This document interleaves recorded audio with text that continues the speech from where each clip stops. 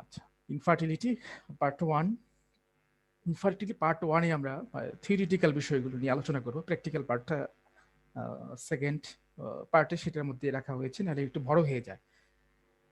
তো ইনফার্টিলিটির এখানে একটা গ্রোথ, ইনফার্টিলিটি গ্রোথ চার্ট না, ইনফার্টিলিটির একটা স্ট্যাটিস্টিক্স আর কি দেখানো হয়েছে 2008 সাল থেকে 2018 সাল। এটা বাংলাদেশের স্ট্যাটিস্টিক্স ইনফার্টিলিটির, যে 2008 থেকে 2018 পর্যন্ত দেখা যাচ্ছে অনেক কমে গেছে, 2.45 থেকে 2.04 চলে আসছে। এটা হচ্ছে অন অ্যাভারেজ একটা হিসেব, কিন্তু হয়তো 2020, 19, 20 দুই বছরে হয়তো এই রেটটা আরো হয়তো কমে গেছে, হয়তো 2 এ চলে আসছে, কিংবা হয়তো 2 এর নিচে নেমে গেছে। তো এটা আমাদের ভালো ব্যাপার না, নিশ্চয়ই ভালো বিষয় না এটা। ইনফার্টিলিটি প্রবলেম, অনেক কাপল এটা নিয়ে সাফারিং করছেন, অনেক জায়গায় দৌড়াদৌড়ি করতেছেন, বিভিন্ন ধরনের ট্রিটমেন্ট নিচ্ছেন, আবার একই সাথে বিভিন্ন ধরনের সুপারস্টিসিয়াস যেগুলো, সেগুলো ব্যাপারে চলে আসছে। বিভিন্ন জায়গায় মানুষ দৌড়াদৌড়ি করে, কবরে, মাজারে, আজমির শরীফে, বিভিন্ন জায়গায় আবার কি কি যেন মরিয়ম ফিল ঘরে রাখতে বলে। এই যে বিভিন্ন ধরনের ব্যাপার, এগুলো কিন্তু খুব চারদিকেই হইতেছে আর কি। তো আমাদের গ্রামে হচ্ছে যে এক মহিলা, এটা অনেক আগের কথা, ময়নার মা। তো ময়নার মার হচ্ছে ময়না হয় না, তো মাজারে গিয়ে নাকি ওই ঘাস দেওয়ার পরে নাকি ময়না হইছে। So I can not describe ইট, আমি এটার কোনো এক্সপ্লেনেশন দিতে পারবো না। বাট আমাদের কাছে যেসব মেডিকেল যে ইনফরমেশন আছে, যেসব রোগের জন্য হয়, সেগুলোর হয়তো একটা এক্সপ্লেনেশন দিতে পারবো। আচ্ছা, তাহলে আজকের যেই লেসনটা, আমরা এটা কি কারণ এবং কোন কোন বিষয়গুলোর উপরে প্রায়োরিটি দিব, সেটাই আমরা একটু ব্রডলি একটু দেখব। আচ্ছা, তাহলে 1 ইয়ার্স অর মোর ইয়ার্স, একটা মানে দুইটা কন্ডিশন আছে এই ডেফিনেশনের মধ্যে। ডেফিনেশন মানে এই জিনিসটা বোঝার জন্য যে ইনফার্টিলিটি বলতে কি বুঝবো আমি, বা কোন একটা কাপলকে কখন আমি ইনফার্টাইল বলতে পারবো। তো সেটাই হচ্ছে যে এখানে বলা আছে যে তাদের বিয়ে হয়েছে 1 বছর, এক সময় তারা একসাথে থেকেছে, এবং আনপ্রোটেক্টেড কয়টাস যেটা বলা হয়েছে, কোনো রকম কন্ট্রাসেপটিভ তারা নেই, যে কোনো ধরনের মেথড যেগুলো স্পেসিং হতে পারে, ন্যাচারাল হতে পারে, ব্যারিয়ার হতে পারে, কম্বাইন্ড পিল হতে পারে, ইনজেকশন হতে পারে, কোনো কিছু ছাড়া তারা হয়তো ফ্রিকোয়েন্টলি সপ্তাহে 2 or 3 টাইম একসাথে থাকার সুযোগ হয়। তো সেই সমস্ত কাপলকে আমরা ইনফার্টিলিটি মানে ইনফার্টাইল হিসেবে আমরা আহ, মানে বিবেচনা করতে পারবো। তবে এখানে কথা আছে যে 80%ই প্রায় 1 বছরের মধ্যে তাদের বেবি হয়ে যায়, কনসিভ করে ফেলে। আর বাকি 20%-এর মধ্যে যে 10% তারা হচ্ছে সেকেন্ড যে বছরটা আছে সেখানে হয়ে যায়। আর বাকি রেস্ট অফ 10% যেগুলো, তারাই হচ্ছে মূল ইনফার্টিলিটির যে অরিজিনাল পেশেন্ট, তাদের নিয়ে ডিল, তাদের নিয়ে পড়াশোনা। আচ্ছা, তাহলে 1 বছর সময়টা হচ্ছে যদি 30 বছরের নিচে হয়, সেই সমস্ত কাপলদের জন্য 1 বছর সময়। কিন্তু যদি 35 ইয়ার্স হয়ে যায় কিংবা তার বেশি হয়ে যায়, তখন হচ্ছে 6 মাসের বেশি অপেক্ষা করা যাবে না। কারণ হচ্ছে যে মেয়েদের তুলনামূলকভাবে একটু ফার্টিলিটি পিরিয়ডটা একটু কম। তো আসলে দেখা যাচ্ছে যে সেই ক্ষেত্রে যদি 30 আপ হয়ে যায়, দেখা যাচ্ছে এখন যেহেতু একটু পড়াশোনা করে মেয়েরা একটু জব সেক্টরে কাজ করে, হয়তো একটু বিয়েটা একটু 27-28-এর দিকে যদি হয়, হয়তো আরো 3-4 বছর পরে হয়তো বেবি যদি কনসেপ্ট করতে যায়, সেই ক্ষেত্রে তাদের এই প্রবলেমগুলো হতে পারে, হাই রিস্কের মধ্যে তারা পড়তে পারে। আচ্ছা, সেই ক্ষেত্রে আমাকে বা আমাদেরকে একটু কনসার্ন করা উচিত যে 6 মাসের মধ্যেই তার এই ব্যাপারগুলো আমরা যেন একটু ইনভেস্টিগেশন করে দেখি, বা হিস্ট্রি টেকিং এটা যেন করে দেখি। আচ্ছা, তাহলে এটা পুরুষ এবং মহিলা দুটাই দায়ী। 2 পার্সনকে একসাথে গেস্ট টেকিং করতে হবে, দুজনকে এক্সামিনেশন বা ইনভেস্টিগেশন করতে হবে, এবং প্রবলেম থাকলে তাকে ট্রিটমেন্ট করতে হবে। কোনো এক পার্টনারকে স্পেশালভাবে ব্লেম দেওয়ার কোনো সুযোগ নেই। 30 থেকে 40% হচ্ছে মেল পার্সন, এবং 40 to 55% হচ্ছে ফিমেল পার্সন, এবং কম্বাইন্ড কিছু ফ্যাক্টর যেগুলো 2টা পার্সনের মধ্যেই থাকে। আর কিছু আছে এখনো আমাদের কাছে সেটা আনএক্সপ্লেন। আনএক্সপ্লেন বলতে আসলে কিছু নাই, যা হয় তার একটা নিশ্চয়ই কোনো ঘটনা থাকে, কিন্তু সেগুলো হয়তো প্যাথোলজিক্যাল কোনো ফাইন্ডিংস এর মাধ্যমে কিংবা কোনো ইনভেস্টিগেশনের মাধ্যমে হয়তো সেগুলো এখনো হয়তো ডিসক্রাইব করা সম্ভব হয় নাই। আচ্ছা, তাহলে এটা হচ্ছে ইনফার্টিলিটির একটা প্রাইমারি ধারণা, যে ইনফার্টিলিটি বলতে আমরা এরকমটা বুঝবো। ওকে, তাহলে সব ফার্টিলিটি এটার একটা মানে একটা টার্ম আছে, সেটা হচ্ছে যাদের এটা ক্যাপাসিটিটা একটু কম থাকে। যে সাবফার্টিলিটি ইজ রিলেটিভ স্টেট, এটা একটা, এটার সাথে একটা ব্যাপার রিলেটিভ, সেটা যে লোয়ার ক্যাপাসিটি টু কনসিভ। হয়তো দেখা যাচ্ছে যে কারো কারো হচ্ছে 6 মাসের মধ্যে কনসিভ হয়ে যায়, কারো হচ্ছে 8 মাস মানে বিয়ের, তারপর কারো হচ্ছে 14 মাস 16 মাস, এই যে ব্যাপারগুলো আছে। কিংবা দেখা যাচ্ছে 2 বছরের বেশি হয়ে গেছে, আহ, সেই ক্ষেত্রে পরে দেখা যাচ্ছে যে বেবি কনসিভ হয়েছে, তাদেরকে আমরা সাবফার্টিলিটি হিসাবে কিন্তু আমরা বিবেচনা করতে পারি। তবে অবশ্যই 1 বছর যদি ক্রস করে যায়, সেই ক্ষেত্রে অবশ্যই তো আমাদেরকে কনসার্ন করতে হবে। তবে তার আগে শর্ত আছে কিছু, যে তাদের অবশ্যই উইকসলি 2 or 3 টাইম একসাথে মিট করতে হবে, এবং আনপ্রোটেক্টেড যেটা বলা হচ্ছে সেই ব্যাপারটা অবশ্যই থাকতে হবে। আচ্ছা, তাহলে এটা ডেফিনেশন গেল। এখন এর পিছনে 2টা টাইপ আছে, আর একটু স্পেসিফিক করার জন্য আর একটু বোঝার জন্য। কারণ দেখা যাচ্ছে যে কোনো একটা পেশেন্টের হয়তো আগে একবার কনসেপ্ট হয়েছে, আর কোনো একটা পেশেন্টের হয়তো কোনোবারই কনসেপ্ট হয় নাই, তাহলে 2টার ব্যাপার কিন্তু একটু ভিন্ন, ভিন্নতা কিন্তু আসবে স্বাভাবিকভাবেই। কারণ হচ্ছে যে যে একবার কনসেপ্ট করেছে তার হয়তো চান্স একটু বেশি থাকে তুলনামূলকভাবে সেকেন্ড টাইম হয়তো হওয়ার, কিংবা দেখা যাচ্ছে যে হয়তো মাইনর প্রবলেম থাকে। সেটাই বলা হচ্ছে যে প্রাইমারি ইনফার্টিলিটি সেই জন্য আমাদের জন্য একটু বেশি অ্যাটেনশন দেওয়ার ব্যাপার, কারণ তারা নেভার কনসিভ, ইতিপূর্বে একবারও হচ্ছে কনসিভ করেনি। সেই জন্য প্রাইমারি ইনফার্টিলিটি এই পেশেন্টগুলো একটু বেশি ফোকাস করা উচিত। একই সাথে সেকেন্ডারি ইনফার্টিলিটিকেও তার আগে হয়েছে বলে এটাকে মানে ডিটেক্ট মানে কি বলে ডিসকার্ড করার কোনো সুযোগ নেই, তাকেও প্রায়োরিটি সমভাবেই দিতে হবে। আচ্ছা, তো উম, অনেক জায়গায় সিনোনিমাসলি মানে সিনোনিম কিংবা একই সাথে প্যারালালি ইনফার্টিলিটি কিংবা স্টেরিলিটি, এই দুইটাকে অনেক জায়গায় একত্রে করে ফেলা হয়েছে। কিন্তু বিষয়টা সেটা না।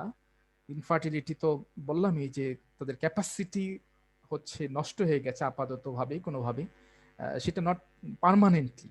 আর যখন পার্মানেন্টলি হয়ে যাবে তখন কিন্তু সেটা স্টেরিলিটি বলা যাচ্ছে। তাহলে স্টেরিলিটি যদি হয় কি কি কারণে হতে পারে, যেমন কারো হচ্ছে ইউটেরাস মানে হিস্টেরিক্টমি করে ফেলা হয়েছে কোনো কারণে, হতে পারে সার্ভাইকাল কোনো ক্যান্সার, কিংবা কোনো বাল্কি ইউটেরাস, অথবা ওভারি সালপিনজাইটিস হয়েছে, তার হচ্ছে ফেলোপিয়ান টিপটাকে কেটে ফেলে দেওয়া হয়েছে, কিংবা ওভারেক্টমি করা হয়েছে, ওভারিটা কেটে ফেলা দেওয়া হয়েছে, কিংবা হচ্ছে বা পুরুষের দেখা যাচ্ছে যে তার হচ্ছে টেস্টিসের ডেভেলপমেন্ট হয় না ঠিক মতো।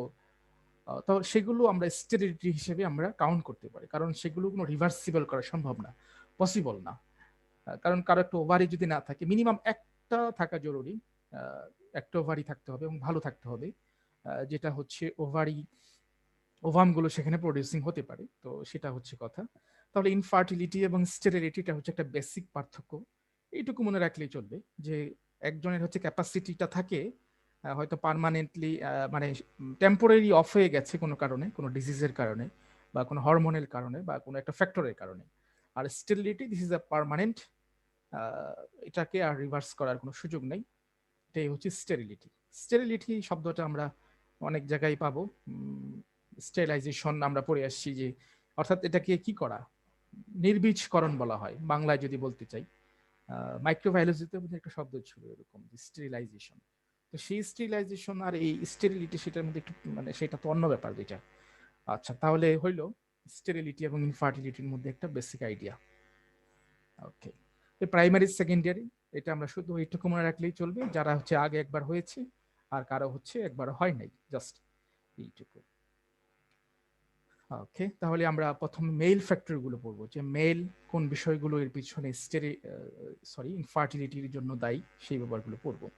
আমি একটু বেসিক ফিজিওলজি নিয়ে কথা বলি যাতে করে একটু বুঝতে সুবিধা হয়। এখানে যদি টেস্টিসের ক্রস সেকশন করা যদি হয়, তাহলে আমরা এরকম একটা মাইক্রোস্কোপের নিচে দেখতে পাবো। এটা হচ্ছে মাইক্রোস্কোপিক ভিউ, এটা হচ্ছে ম্যাক্রোস্কোপিক ভিউ, মানে এটা হচ্ছে গ্রস ভাবে দেখা যাচ্ছে, আমরা দেখতে পাচ্ছি। এটা হচ্ছে অবশ্যই সেকশন করে মাইক্রোস্কোপের নিচে দেখতে হবে, বাইরে থেকে দেখার কোনো সুযোগ নেই। আচ্ছা, তাহলে এখান থেকে কিছু সেল থাকে, বিশেষ করে এই সেমিনিফেরাস টিউব যেগুলো এরকম পেঁচানো পেঁচানো থাকে, অনেকটা সে কিডনির মধ্যে আমরা এরকম পড়ে আসছি, মেডুলা কর্টেক্স আর কি। আচ্ছা, এরকম পেছনে পেছনে দেখিয়ে আসি। তো সেটা হইলো কিডনিটা কিডনিতে থাকুক, আমরা এখানে কথা বলতেছি টেস্টিস নিয়ে যেহেতু।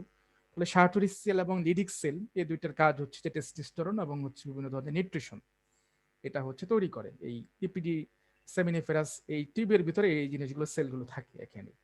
আচ্ছা, আর এখানে যেটা একটু পেছনে পেছনে দেখতেছি ইপিডাইমিস, এটারও কিন্তু একটা ভালো ইম্পর্টেন্ট আছে, যেগুলো হচ্ছে স্পামগুলোকে ম্যাচুরেশন করতে এবং বিভিন্ন ধরনের ফ্লুইড কিন্তু সেটা কিন্তু সরবরাহ করে থাকে ইপিডাইমিস। আচ্ছা, আর ভাস ডেফারেন্স এটা একটা ইফারেন্ট ডাক। ইফারেন্ট মানে হচ্ছে যেটা হচ্ছে বহন করে নিয়ে যায়, এই জন্য এটার নাম হচ্ছে ইফারেন্ট ডাক।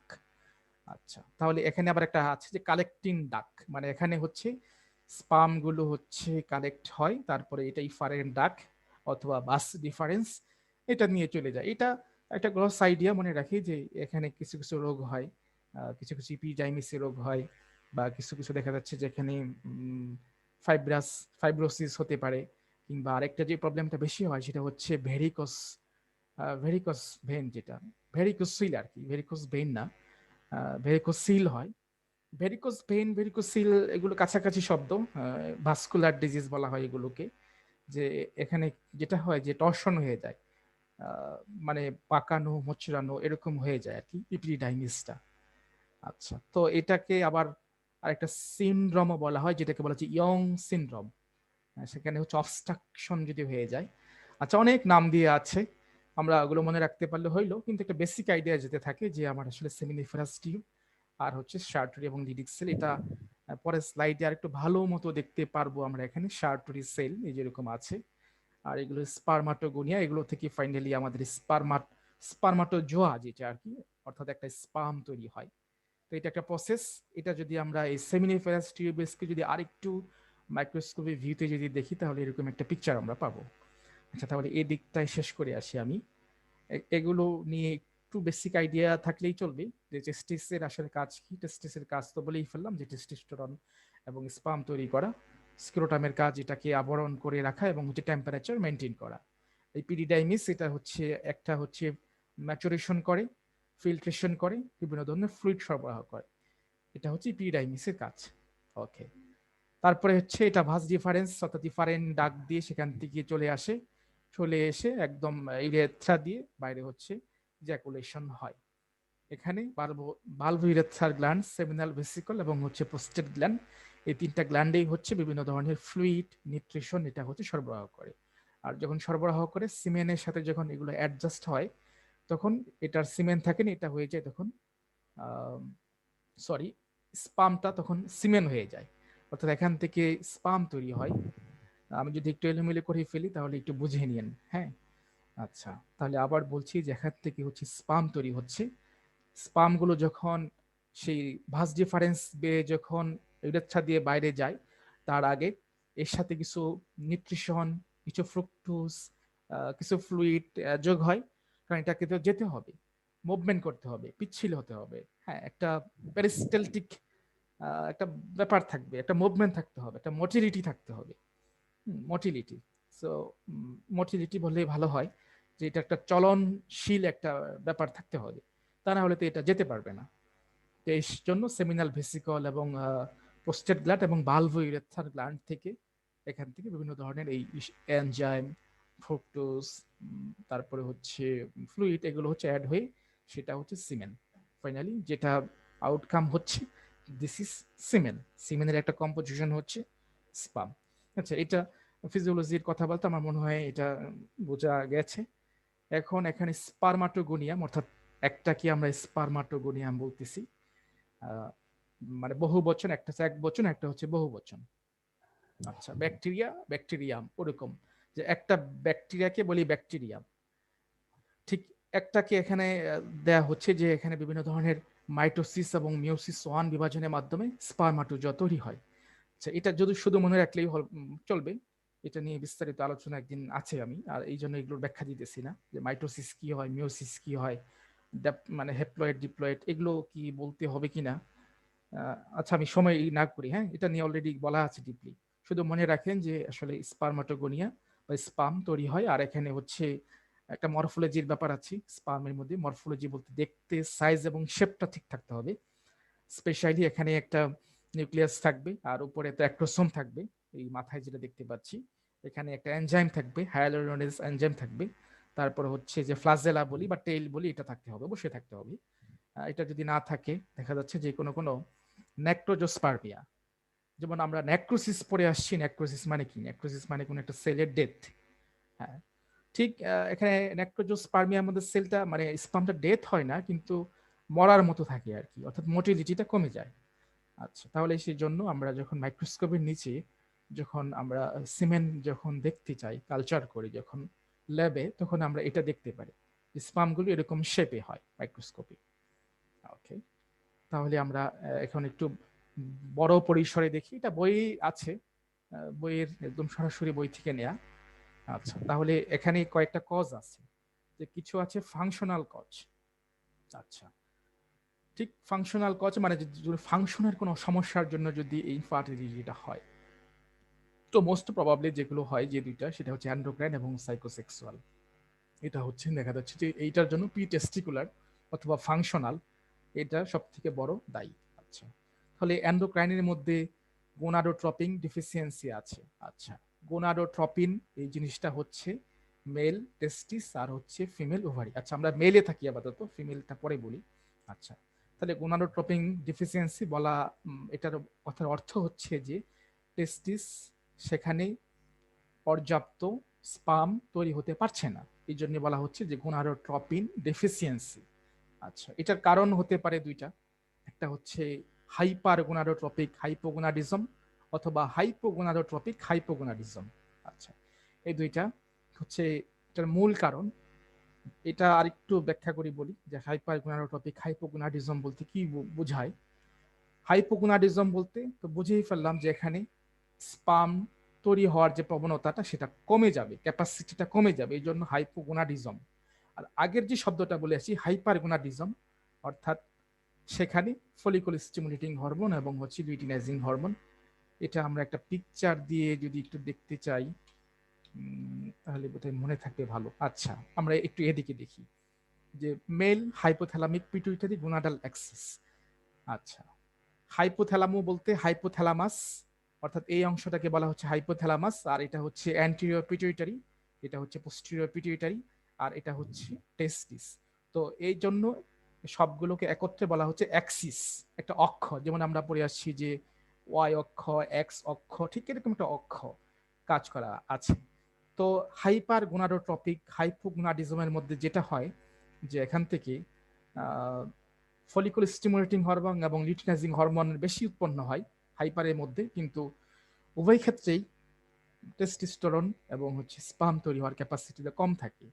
তাহলে এটা অবশ্যই যদি কম থাকে টেস্টোস্টেরন যদি এবং হচ্ছে একসাথে স্পাম যদি কম প্রডিউসিং হয়, তাহলে এটা ইনফার্টিলিটির একটা কজ, অবশ্যই একটা অন্যতম কজ। আচ্ছা, তাহলে গোনাডোট্রপিন রিলিজিং হরমোন প্রথমে হাইপোথ্যালামাস থেকে সিগন্যাল পাঠায় হচ্ছে যে অ্যান্টেরিয়র পিটুইটারি আছে। এগুলো খুবই সহজ পড়া, একটু যদি বুঝে রাখি তাহলে ঠিক একই কাজ কিন্তু ফিমেলেও হচ্ছে। তিন চারটা মাত্র হরমোন, একটা হচ্ছে হাইপোথ্যালামাস গ্ল্যান্ড, এখান থেকে হচ্ছে হাইপার গোনাডোট্রপিক হাইপোগোনাডিজম যে হরমোনটা আছে, গোনাডোট্রপিক রিলিজিং যে হরমোন, ডান পাশে দেখি GnRH, গোনাডোট্রপিন রিলিজিং হরমোন, যেটা হচ্ছে যে ফাইনালি যে গোনাড টেস্টিস আছে এখান থেকে যে হরমোন তৈরি হবে, সেই কাজটা প্রথম এখানে শুরু হয়, হাইপোথ্যালামাসে শুরু হয়, কিন্তু এটা সরাসরি করতে পারে না, তার জন্য তাকে FSH এবং হচ্ছে LH এই দুইটা হরমোন আসতে হয়। অর্থাৎ এটা প্রথমে একে সিগন্যাল পাঠায়, এটা তারপরে এসে কাজ করে।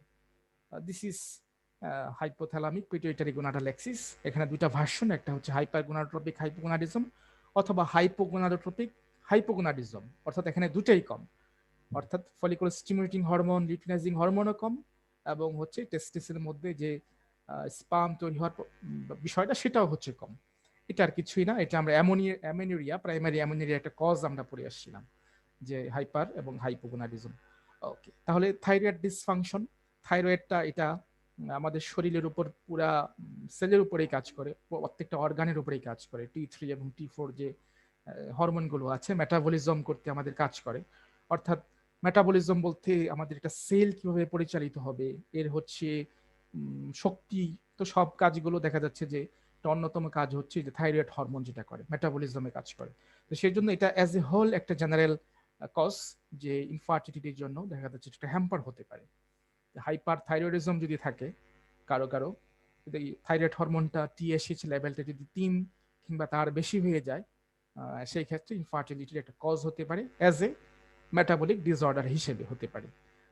হাইপার প্রোলেক্টিমিয়া ঠিক একই ব্যাপার, মানে এরকম একটা জেনারেল ব্যাপার যে প্রোলেক্টিং হরমোনটা সাধারণত মেয়েদেরই হয়, যেটা হচ্ছে যে ল্যাকটেশন পিরিয়ডে হয়, অর্থাৎ প্রেগনেন্সি সময়ে এই প্রোলেক্টিন হরমোনটা কিন্তু আস্তে আস্তে কিন্তু তখন কিন্তু বাড়তে থাকে, এবং ফাইনালি যখন টার্মে চলে যায় তখন দেখা যাচ্ছে যে হরমোনটা তখন বেশি পরিমাণ সিক্রেশন হওয়া শুরু করে, এবং আফটার কি বলে ডেলিভারি তখন সে কিন্তু বেস্ট ফিডিং করাতে পারে। এটার কারণ যে প্রোলেক্টিন হরমোনের জন্য। তো মেয়েদের জন্য ঠিক আছে যে প্রোলেক্টিন, কিন্তু ছেলেদের জন্য এটা তো ঠিক নাই।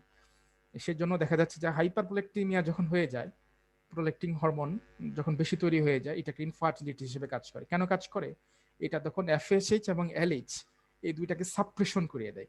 আচ্ছা, আরেকটু ব্যাপার বলি, তাহলে আরো ভালো বুঝবেন যে যখন বেস্ট ফিডিং করায় কোন একটা মম, তখন কিন্তু সে ওই সময়টা কিন্তু ইনফার্টাইল থাকে। আপনারা শুনবেন সেই সময় কিন্তু কন্ট্রাসেপটিভ নিতে হয় না, বলে যে এমনিতেই ন্যাচারাল কন্ট্রাসেপটিভ হয়ে যায়। কেন হয়ে যায়? কারণ সে যখন ব্রেস্ট ফিডিং করায়, ধরেন 6 টাইম অর মোর এরকম যদি প্রতিদিন যদি করায়, তাহলে তার এই যে প্রোলেক্টিং হরমোন, এটার জন্য তার হচ্ছে যে ফলিকল এবং লিউটিনাইজিং যে হরমোনটা ছিল ওটাকে সাপ্রেস্ট করে দেয়, সাপ্রেশন করে দেয়। এবং সেটা যদি সাপ্রেশন হয়ে যায় তাহলে সেগুলো আসতে পারতেছে না। আর সেগুলো যদি না আসে তাহলে ওভারির মধ্যে যে ফলিকলগুলো সেগুলো ম্যাচুরিটি হতে পারতেছে না, ওভুলেশনও হচ্ছে না, আর আলটিমেটলি প্রেগনেন্সিও হচ্ছে না। তাহলে এটা কিন্তু একটা ন্যাচারাল কিন্তু প্রসিডিওর। একই সাথে এটা দেখা যাচ্ছে কন্ট্রাসেপ্টিভ যে পিল যেগুলো আছে, ইস্ট্রোজেন প্রজেস্টেরন যে কম্বাইন্ড পিল, সেগুলো কিন্তু একই কাজ করে, অনেকটা এরকম মানে কাজ করে। কি করে সেগুলো? নেগেটিভ ফিডব্যাক দেয়। ধরেন আমার কাছে এখন আমার হচ্ছে এখন আমার কাছে ধরেন আমার ক্ষুধা, মানে আমার এখন ক্ষুধা নেই, তাহলে আমি এখন খাবো না। এখন বিষয়টা হচ্ছে যে ওভারি আমরা যখন কোন একটা ওমেন্সকে যখন আমরা প্রজেস্টেরন কিংবা এস্ট্রোজেন পিল খেতে দিই, তখন সে কি পাঠায়? সে হাইপোথ্যালামাসকে পাঠায় যে না, আমার এখানে রিজার্ভ আছে, দ্যাটস এনাফ, এখন আমাকে আর ফলিকল স্টিমুলেটিং হরমোন আর হচ্ছে ওই লিউটিনাইজিং হরমোন এগুলো আসতে হবে না। এটাকে বলা হচ্ছে যে ফিডব্যাক মেকানিজম, নেগেটিভ ফিডব্যাক। সে নেগেটিভ রেজাল্ট পাঠাচ্ছে যে আমার এখন আর লাগবে না এগুলো, সাপ্রেশন করে দিয়েছে। তাহলে হাইপারপ্রোলেক্টেমিয়া ঠিক একই কাজ করে, যেগুলো হচ্ছে যে ফলিকুলার স্টিমুলেটিং হরমোন এবং লিউটিনাইজিং হরমোন এটাকে সাপ্রেশন করে দেয় অ্যাজ ফর ওয়াইল। সেখান থেকে টেস্টোস্টেরন হরমোন এবং হচ্ছে যে স্পাম যে প্রডিউসিং সে ক্যাপাসিটি কমে যায় তখন। ওকে, তাহলে অ্যান্ডোক্রাইন যে কজগুলো 3-4টা কজ, গোনাডোট্রপিং, আচ্ছা একটা বাদ দিয়ে গেছি বোধহয়, অবেসিটি। তো অবেসিটি এটা কোনো স্পেসিফিক ভাবে বলা যাবে না ওবেসিটি। দেখা যাচ্ছে যে অবেসিটি থাকলেই যে তার হচ্ছে ইনফার্টিলিটি, এটা কোনো বিষয় না, তবে একটা কজ হতে পারে। যদি কোনো মানে অবেসিটি দেখা যাচ্ছে যে কেন হয়, এটার পেছনে হরমোনের একটা দায়ী থাকে, থাইরয়েড হরমোন কিংবা হচ্ছে যে অন্যান্য যে হরমোনগুলো আছে অ্যান্ড্রোজেন হরমোন, সেগুলো হয়তো কিছুটা দায়ী। সেই জন্য হয়তো অ্যাজ এ হোল অবেসিটি একটা কজ হতে পারে, সেটা হতে পারে। কিন্তু অবেসিটি এবার স্পেসিফিক বলা যাচ্ছে না, কারণ মোটা মানুষের না হলে দেখা যাচ্ছে মোটা মানুষের মানে বেবি হয় না এরকম, এটা কোনো মানে এটা বলা যাবে না, এইভাবে স্পেসিফিক বলা যাবে না। আচ্ছা, তাহলে এটা হচ্ছে এন্ডোক্রাইন কজটা গেল। এখন এন্ডোক্রাইন কজটা যারা আছেন এখানে, আপনারা কি এন্ডোক্রাইন কজটা কি বুঝতে পারলেন যে এই যে মেকানিজম গুলোর কথা যেগুলো বলছি, অর্থাৎ কোন জায়গা থেকে কোন হরমোন গুলো আসছে, কাজ করতেছে? দেখেন এই পড়াটা অনেক জায়গায় লাগবে, তো একটু যদি বুঝে যাই একবার তাহলে কিন্তু আর কিন্তু পড়তে হবে না সেইভাবে। একটু বলেন দু একজন যে এটা মানে বোঝা গেল কিনা এই যে। বুঝছি ভাইয়া। আচ্ছা, জি ভাইয়া, বুঝতে পারছি। আচ্ছা, থ্যাংক ইউ। তাহলে আমরা একটু নেক্সটে বোধহয় একটু আগাতে পারি। যে সাইকোসেক্সুয়াল একটা ব্যাপার আছে, যেটা মানসিক বিষয়ের সাথে জড়িত, ইরেকটাইল ডিসফাংশন এবং ইম্পটেন্সি। এটা তো আমরা খুবই পরিচিত রোগ, এবং আমাদের হোমিওপ্যাথি ডাক্তার তো মনে হচ্ছে যে এটা দিয়ে আমাদেরকে মানুষ চিনে। যে ইরেকটাইল ডিসফাংশন ইম্পটেন্সি এগুলো খুব বড় মেজর কারণ হিসেবে ধরা যাবে না, কিন্তু দেখা যাচ্ছে যে ঠিকমতো যদি ডিপোজিশন হতে না পারে, সেই ক্ষেত্রে হয়তো একটা ইরেকটাইল ডিসফাংশন বা ইম্পটেন্সি যেটা, সেই ক্ষেত্রে একটা কারণ হতে পারে ইনফার্টিলিটি। তবে এটা অত ইম্পর্টেন্ট দেওয়ার কিছু নেই। আচ্ছা, ড্রাগস আছে, অ্যান্টি হাইপারটেনসিভ বা অ্যান্টিসাইকোটিক্স, যেগুলো হচ্ছে নার্কোটিক্স ড্রাগস, মানসিকভাবে ডিপ্রেশন কমানোর জন্য, কিংবা দেখা যাচ্ছে যে যারা এগুলো খাচ্ছে অতিরিক্ত পরিমাণ, তো তাদের ক্ষেত্রে একটা প্রবলেম হতে পারে এটা। আর কিছু জেনেটিক্স ফ্যাক্টর আছে, এখানে খুব বেশি আমাদের কিছু করার থাকে না। যদি কোনো একটা জিন মিউটেশনের মাধ্যমে যদি ইনহেরিটেড ভাবে যদি মিসিং থাকে, স্পেশালি ওয়াই ক্রোমোজোম যদি ডিলেট থাকে, সেটা যদি মিউটেশনের মাধ্যমে হয়ে আসে সেই ক্ষেত্রে হচ্ছে ইনফার্টিলিটি, এবং দ্যার ইজ নো চান্স, মোটামুটি অলমোস্ট এখানে কিছুই করা থাকে না জেনেটিকে যদি থাকে। আচ্ছা, তাহলে আমরা প্রি টেস্টিকুলার অথবা ফাংশনাল যে কজগুলো আছে সেগুলো হচ্ছে আমরা এখন দেখতে পাইলাম। তো টেস্টিকুলার কজের মধ্যে আমরা একটু দেখি এখন যে টেস্টিসের মধ্যে কি কি অ্যাবনর্মালিটিস থাকলে হচ্ছে যে ইনফার্টিলিটি হতে পারে, এবং এটা খুব বড় একটা কারণ টেস্টিস, যেটা আহ, এই হরমোনালের ব্যাপারে চেয়ে টেস্টিসের ব্যাপারগুলো বেশি প্রায়োরিটি রাখে। আচ্ছা, যেটাকে প্রথম বলা হচ্ছে যে কার্টাজেনার সিনড্রোম, অথবা এই যে ইমমর্টাল সিলিয়া, অর্থাৎ ওখান থেকে যদি ভাস ডিফারেন্স দিয়ে যদি, অর্থাৎ ইফারেন্ট ডাক যেটাকে বলা হচ্ছে, ছবি দেখে আসছিলাম আমরা। ছবি ছবি কোথায় গেল? আচ্ছা, এই যে ভাস ডিফারেন্স, এটা যদি এখান থেকে যদি মুভমেন্ট হতে না পারে, যেটাকে বলা হচ্ছে যে সিলিয়ারি ডিফেক্ট, অথবা এমমোটাইল সিলিয়া যেটাকে বলা হচ্ছে, যে মোটিলিটি যদি না থাকে, সেটা একটা টেস্টিকুলার একটা কজ, এবং এটার জন্য ইনফার্টিলিটি অবশ্যই একটা গুরুত্বপূর্ণ একটা ব্যাপার। আচ্ছা, ক্রিপ্টোচিডিজম। ক্রিপ্টিসচিডিজম মানে হচ্ছে যদি টেস্টিস যদি ইনহেরিটেড ভাবে কিংবা কোনো ডিজিজের কারণে যদি এটা হচ্ছে যে কেটে ফেলতে হয়েছে, কিংবা একটা টেস্টিস, সেই ব্যাপারটাকে আমরা ক্রিপ্টোচিডিজম বলতেছি আর কি। আচ্ছা, তাহলে এটার পেছনে ইনফেকশন, এটার মামসের বলা হয়েছে। মামসের অন্যতম একটা কমপ্লিকেশন হচ্ছে অর্কাইটিস, এবং একই সাথে দেখা যাচ্ছে যে ব্রেনের যে কাভারিং আছে মেনিনজেস, সেটাও ইনফ্লামেশন করে ফেলতে পারে মামসের কমপ্লিকেশন। তো মামস একটা মামস দিয়েই হয়, মামস ভাইরাস দিয়েই হয়, এটা একটা ইনফেকশাস ডিজিজ, ট্রান্সমিটেড হয়, সেলিভারি গ্ল্যান্ড এটা হচ্ছে অ্যাটাক হয়, সেই জন্য দেখা যাচ্ছে যে আমাদের যে প্যারোটিড গ্ল্যান্ড আছে সেটা ফুলে যায় মামস হইলে, অনেকেরই দেখবেন এরকম হয়। বাচ্চাদের দেখবেন একটু বেশি হয়, এই মামসটা বেশি হয়। মামসের কমপ্লিকেশন কিন্তু মোটামুটি অনেক দিন অ্যারাইজ করে। এই জন্য বাচ্চাদের কিন্তু আপনারাই করবেন না, ওই ছোট বাচ্চা যদি থাকে, নিউনেটাল যদি থাকে, কিংবা ইনফ্যান্ট থাকে, ওই সবার কোলে দিবেন না। কারণ হচ্ছে যে অনেক ছোট বাচ্চা সবাই একটু কিস করে, এই যে এটার মাধ্যমে কিন্তু ইনফেকশন কিন্তু ছড়িয়ে যায়, বাচ্চা কিন্তু সেটা নিতে পারে না। এই ব্যাপারগুলো একটু খেয়াল রাখতে হবে, গ্রামের একটু যারা আছেন তাদের বুঝিয়ে বলতে হবে। দেখা যাচ্ছে যে মা কাজ করে, বাচ্চাটা হয়তো কার হাতে দিয়ে আসছে বা কাউকে দিয়ে আসছে, তো সেইভাবে কিন্তু এটার কিন্তু একটা প্রবলেম কিন্তু ক্রিয়েট করতে পারে। এটাকে সাবধান করে দিব, হ্যাঁ, তাদেরকে। আচ্ছা, তাহলে এটা হচ্ছে মামস অর্কাইটিসের গেল, এটা কমপ্লিকেশন হিসেবে কাজ করে। টক্সিক সাবস্টেন্স এটার পিছনে দায়ী, যেমন বিভিন্ন ধরনের অ্যালকোহল, স্মোকিং, রেডিয়েশন, এই জিনিসগুলো খুব মারাত্মকভাবেই পালন করে। স্মোকিং দেখা যাচ্ছে, বা রেডিয়েশন যেটা বর্তমানে সব থেকে বেশি হচ্ছে, যে মোবাইল হচ্ছে আমরা পকেটে রাখি, মোবাইল থেকে রেডিয়েশন হয়, অতিমাত্রা রেডিয়েশন হয়, কিংবা এখন তো সবার বাসায় মোটামুটি অলমোস্ট ওয়াইফাই আছে, খুবই মারাত্মক এবং খুবই খারাপ ধরনের রেডিয়েশন হয় এই ওয়াইফাই থেকে, রেডিয়েশন থেকে খুবই, এবং এটা খুব মারাত্মকভাবে ছোট বাচ্চা, প্রেগনেন্ট ওমেন, ইভেন যে মেল পার্সন যাদের আছে তাদের কিন্তু খুবই অ্যাটাক করে। সেই জন্য সিগনা আমাদের করতে হবে যে রাউটারটা যেন আমরা এরকম একটা জায়গায় প্লেস করি, অবশ্যই শোয়ার ঘরে রাখা যাবে না। যেখানে আমরা আমরা ঘুমাই কিংবা বেশিরভাগ সময় আমরা যেখানে স্পেন্ড করি সেই জায়গাটা রাউটার কিন্তু রাখা যাবে না। এটি এখন কিন্তু একটু সচেতন হতে হবে, কারণ এগুলো হচ্ছে ইনভিজিবল কিলার। আমরা হচ্ছে দেখতে পাচ্ছি না, কিন্তু আমাদের কি ক্ষতি করে চলতেছে এই রেডিয়েশন, আমাদের কি অত্যাধিক। একে তো ফোনের টাওয়ার তো আছেই, তার সাথে সাথে দেখা যাচ্ছে যে এই ওয়াইফাই রিসিভার, এই ব্যাপারগুলো যেগুলো ডাটা আমরা ইউজ করি সেগুলো দেখা যাচ্ছে ক্ষতি করছে। আচ্ছা, তারপর হচ্ছে ভেরিকোসিল, বা যে ভেনাস কি হয়ে যায়, টর্শন হয়ে যায়। এখানে জিপিডিটাইমিস আমরা দেখে আসছি, সেখানে কিছু ভেন থাকে, সেই ভেনগুলো দেখা যাচ্ছে যে বিভিন্ন ধরনের ব্লাড সাপ্লাইয়ের কাজ করে। তো সেটা যদি অবস্ট্রাকশন হয়ে যায় কিংবা টর্শন হয়ে যায় তাহলে ভেরিকোসিল হয়। খুবই একটা কমন ডিজিজ, সাধারণত এটা চিলড্রেন তাদেরই ভেরিকোসিল হয়, বড়দেরও হয় ভেরিকোসিল। আচ্ছা, তাহলে এটা হচ্ছে ভেরিকোসিল গেল। ওকে, তারপর হচ্ছে যে ইমিউনোলজিক কিছু ব্যাপার থাকে, অটো ইমিউনো ডিজিজ থাকে, এটা অ্যাজ এ হোল পুরো শরীরের জন্য দেয়। এবং এই ইমিউনি ডিজিজ গুলো, অটো ইমিউনি ডিজিজ গুলো, এগুলো ট্রিটমেন্ট আসলে সেই হিসাবে অতটা কার্যকরী ট্রিটমেন্ট সবসময় কিন্তু দেওয়ার সুযোগ হয় না, সম্ভব হয় না। হয়তো এলোপ্যাথি ওনারা হয়তো স্টেরয়েড হরমোন, স্টেরয়েড যে ওষুধগুলো আছে সেগুলো দিয়ে অনেকটা সাপ্রেশন করে রাখে। ইমিউনোলজিক্যাল একটা কজ, এটা হেরিডিটারি, বংশগতভাবেই এই জিনিসটা বেশি কাজ করে।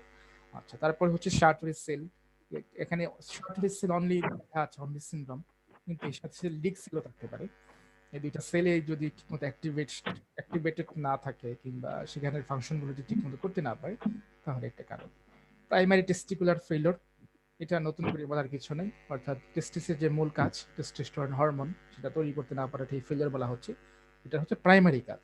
আচ্ছা, তারপর হচ্ছে অলিগো টেরাটোজোস্পার্মিয়া, এটা তিনটা শব্দ একসাথে নিয়ে আসছি, অর্থাৎ তার মরফোলজি খারাপ থাকবে, অর্থাৎ যে যে স্পাম যে দেখতে যেমন তার হচ্ছে হেড বা টেল বডি, সেটা হচ্ছে যে স্ট্রাকচারটা ঠিক নেই, অ্যাবনর্মাল, অথবা দেখা যাচ্ছে সেটা হচ্ছে মোটিলিটি নাই, অর্থাৎ মুভমেন্ট করতে পারতেছে না, ন্যাক্টোজোস্পার্মিয়া যেটাকে বলা হচ্ছে, অথবা একই সাথে কাউন্ট কম, সিমেন্ট যে পরিমাণ থাকার কথা দেখা যাচ্ছে অনেক কম আছে। ওকে, শব্দ পাচ্ছি কেন, শব্দ হচ্ছে কার এখান থেকে?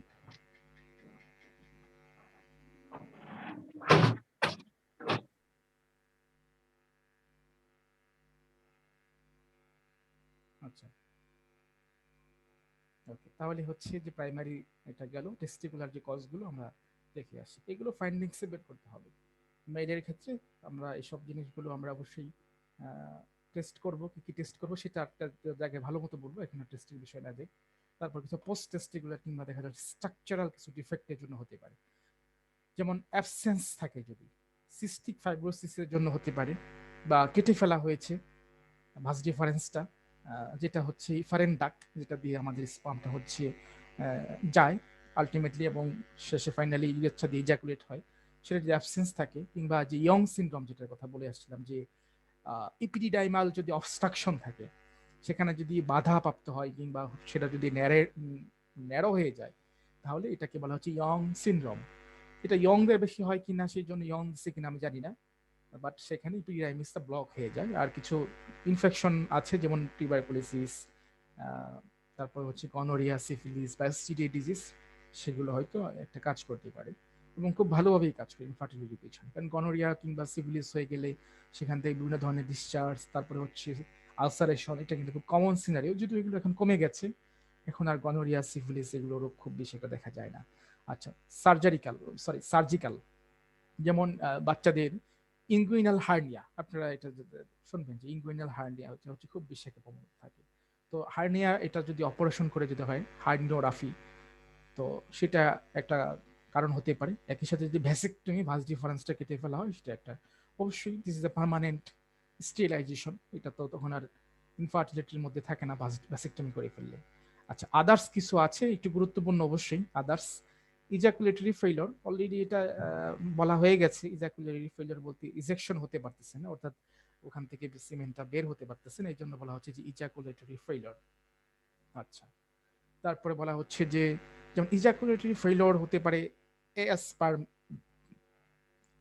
এসপার্মিয়ার জন্য, যেমন ধরেন যদি স্পাম, শুধু স্পাম, এর সাথে সাথে কোনো ফ্লুইড যদি বালবোরেথান গ্ল্যান্ড কিন্তু প্রোস্টেট গ্ল্যান্ড, সেখান থেকে যদি কোনো ফ্লুইড যদি মিক্সড না হয়, তাহলে কিন্তু ড্রাই কিন্তু হয়ে যাবে, স্পামটা কিন্তু ড্রাই হয়ে যাবে, তখন কিন্তু স্পামটা কিন্তু বের হচ্ছে না কিন্তু ইউরেথ্রা দিয়ে।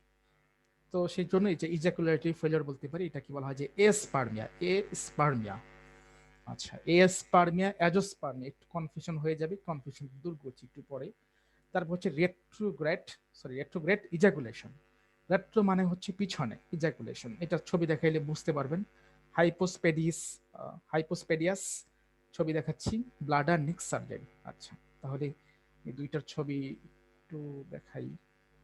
আচ্ছা, তো এটা দেখতে পাচ্ছেন যে ভেরিকোসিল, যে যে টর্শন হয়ে যায়, অর্থাৎ আমরা যদি লেফট সাইডের পিকচারটা দেখি, যে কাভারিং তখন এইরকম একটা সিনারিও নিয়ে কিন্তু পেশেন্ট কিন্তু আসে। আচ্ছা, তারপরে যেটা বলা হচ্ছিল যে রেট্রোগ্রেড, বলা হচ্ছে যে রেট্রোগ্রেড ইজাকুলেশন মানে তো বুঝতেই পারলাম যে বের হওয়া, অর্থাৎ সিমেন্টটা বের হওয়াকে আমরা ইজাকুলেশন বলতেছি। অনেকেও যে লেখা থাকে যে বলে যে আর্লি ইজাকুলেশন হয়ে যায়, খুব দ্রুত হয়ে যায়। আচ্ছা, রেট্রোগ্রেডের মধ্যে যেটা হয়, আপনারা যদি একটু এদিকে নোটিস করেন, যে এটা ছবি দেখে আমরা ওখান থেকে আসি, তাহলে বুঝতে ভালো সুবিধা হবে। আচ্ছা, আমরা এই যে এইটুকু যে পিকচারটা, অর্থাৎ এই জায়গাটুকু যেটা আমি মাউস দিয়ে আইডেন্টিক্যাল করার চেষ্টা করতেছি, এই পিকচারটা আমরা ওখানে নিয়ে গেছি, ধরেন আমরা এখান থেকে সুইপ করে হ্যাঁ, এই যে আমরা এখানে নিয়ে আসছি। ফলে যেটা হয় যে এটা হচ্ছে আমাদের ধরেন ওখান থেকে ভাঁজ ডিফারেন্স এসে ইউরেথ্রা দিয়ে বাইরে পেনিসে বের হচ্ছে। কিন্তু এই রেট্রোগ্র্যাডে যেটা হচ্ছে যেখান থেকে বের না হয়ে এটা রেট্রো মানে বললাম পিছনে, এটা ব্লাডারের মধ্যে চলে যায়। অর্থাৎ যে স্পামটা যেটা তৈরি হয়ে আসছে এটা ইউরেথ্রা দিয়ে বের না হয়ে কোন একটা সার্জারি করা হয়েছে কিংবা দেখা যাচ্ছে কোনো ডিজিজের জন্য দেখা যাচ্ছে এটা ব্যাকফ্লো হয়ে গেছে, ব্যাকফ্লো হয়ে এটা ব্লাডারে চলে গেছে।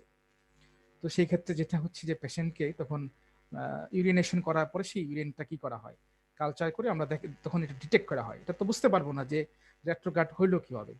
আর ইউরিন তো এটা আপনার পিএইচ বেশি থাকে, একটা অ্যাসিডিক, তো অ্যাসিডিক এনভায়রনমেন্টে আবার স্পাম হচ্ছে মরে যায়।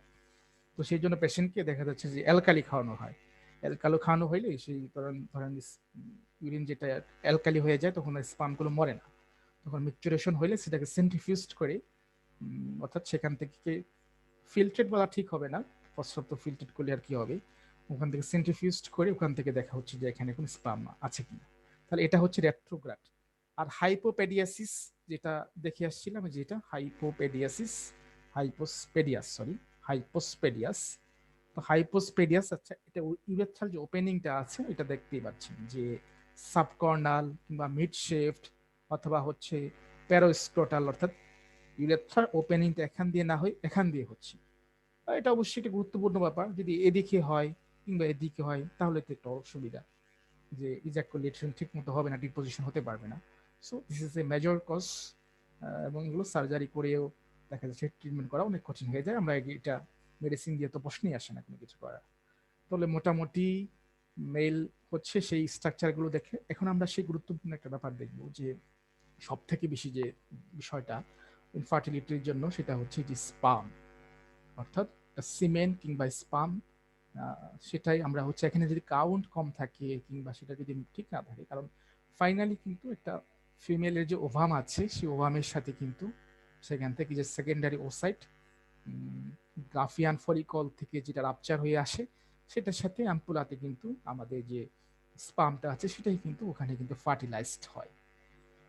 আচ্ছা, তাহলে সেই জন্য এখানে কিছু নমেন ক্লেচার আছে। নমেন ক্লেচার মানে নাম, কিছু নাম, এই জন্য নমেন ক্লেচার বলা হয়েছে। এখানে তিন চারটা খুব ভালো মতো মনে রাখতেই হবে। কারণ হচ্ছে যে যদি আমরা দেখতে পারি যে কোন একটা কাপুলের স্পার্মে দেখা যাচ্ছে কারো ধরেন অ্যাজোস্পার্মিয়া আছে কিংবা অলিগোস্পার্মিয়া আছে কিংবা এসপার্মিয়া আছে বা অন্য যে কোনো কিছু থাকতে পারে, তাহলে সেই ক্ষেত্রে মেয়েটার কোনো ট্রিটমেন্ট করতে হচ্ছে না তাকে। শুধু শুধু কস্টিং এর একটা ব্যাপার বলেন কিংবা একটা ফিজিক্যাল স্ট্রেস বলেন, মেন্টাল স্ট্রেস, সেগুলো আর দিতে হচ্ছে না। সেই জন্য আমি সবসময় বা আমরা সবসময় প্রায়োরিটি দিই যে মেল পার্সনটার আগে হচ্ছে একটা নর্মাল একটা সিমেন্ট টেস্ট দিয়ে দেব। এবং এটা ধরেন 800 থেকে 1000-এর মধ্যে টাকার মধ্যে খুব ইজিলি, খুবই সহজে এটা হচ্ছে টেস্টটা করে ফেলা সম্ভব। এবং সেটা দেখে কিন্তু আমরা মোটামুটি একটা কনফার্মেশন হয়ে যেতে পারি যে না, মেল পার্টনারটা সুস্থ আছে কিনা। তো এখানে কিছু নমেন ক্লেচারের মধ্যে চারটা টার্ম খুব ভালো মনে রাখতে হবে। একটা হচ্ছে এসপার্মিয়া। আচ্ছা, এখানে বলা হচ্ছে যে ফেইলিওর টু ইমিশন অফ সিমেন, অর্থাৎ এখানে নো ইজাকুলেট হবে। মেল ফিমেল পার্টনারকে জিজ্ঞেস করলে বলবে হয়তো সে কিছু ফিল করে না। আচ্ছা, তো এটা একটা কারণ হতে পারে, সেটা হচ্ছে যে ওই রেট্রোগ্যাট হতে পারে, অথবা হতে পারে যে সেখান থেকে ঠিক মতো স্পামটা আছে এটার সাথে বিভিন্ন ধরনের যে ফ্লুইড সেগুলো মিক্সিং হতে পারতেছে না কোনো সমস্যার কারণে, প্রোস্টেট সমস্যার কারণে, প্রোস্টেট গ্ল্যান্ড বা বালবুরেথ্রাল গ্ল্যান্ড, সেগুলোর জন্য হতে পারে। তো এটা হচ্ছে অ্যাসপার্মিয়া, যেখান থেকে কোনো সিমেন্ট ইজাকুলেশন হতে পারছে, যে ড্রাই, কি বলা হচ্ছে যে ড্রাই ইজাকুলেট, ড্রাই। আচ্ছা, তারপরে যেটা হচ্ছে যে অলিগোস্পার্মিয়া, অলিগো অলিগোস্পার্মিয়া অথবা অলিগোজোস্পার্মিয়া একই কথা দুইটা। তো এখানে যদি বলা হচ্ছে যে পার এম এল যদি 20 মিলিয়নের যদি কম থাকে, লেস থাকে, কম থাকে, তাহলে সেটাকে আমরা অলিগোস্পার্মিয়া বলবো। এর কমে থাকে তাহলে তার ইনফার্টিলিটি কিন্তু ডেভেলপ করার সো মাচ চান্স থাকে। একটু কারেকশন আসবে এখানে। এই ছকটা হচ্ছে 1999 অর্থাৎ 1999 সালের, মানে এটার হচ্ছে শিডিউলটা দেওয়া হয়েছে। তো 2010 সালে ওয়ার্ল্ড হেলথ অর্গানাইজেশন এটার একটু কমিয়ে নিয়ে আসছে। কারণ বিভিন্ন ধরনের এনভায়রনমেন্টাল, ফুড হ্যাবিট কিংবা ড্রাগস, বিভিন্ন কারণেই হচ্ছে যে ইনফার্টিলিটি বা স্পাম তৈরি হওয়ার যে ক্যাপাসিটিটা এটা কমে যাচ্ছে পুরুষের। সেই জন্য এটাকে আরেকটু শিথিল করা হয়েছে, সেজন্য 20টাকে এখান থেকে কেটে এটাকে 15 করে দেওয়া হয়েছে। দেখেন sperm concentration 50 million per millilitre, এটা থাকলেই চলে। এখন তো আমরা 15 মিলিয়নটাকেই ধরবো, কারণ 1999টা ওটা যেহেতু একটু ব্যাক হয়ে গেছে, ডিসকার্ড হয়ে গেছে, আমরা বলতে পারি যে 20 মিলিয়ন, কিন্তু তারপরে বলতে হবে যে না, এখন স্ট্যান্ডার্ডটা হচ্ছে 50 মিলিয়ন। তাহলে এটা অলিগোস্পার্মিয়া কিংবা অলিগোস অলিগোস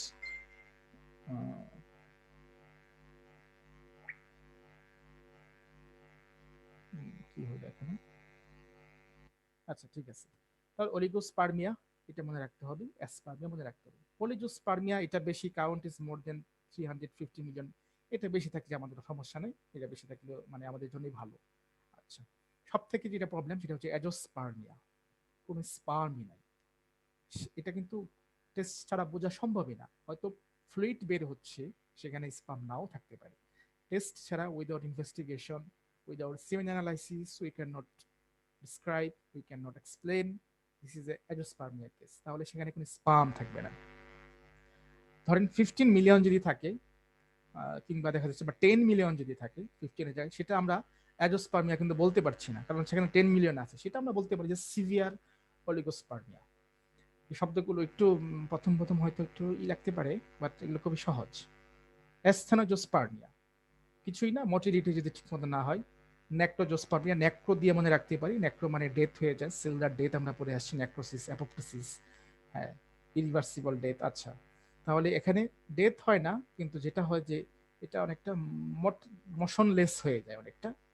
আচ্ছা, আর হচ্ছে যে 70% নিচে যদি নেমে যায়, সেটাকে হচ্ছে টেরাটোজোস্পার্মিয়া বলি বা অ্যাবনর্মাল মরফোলজি বলি।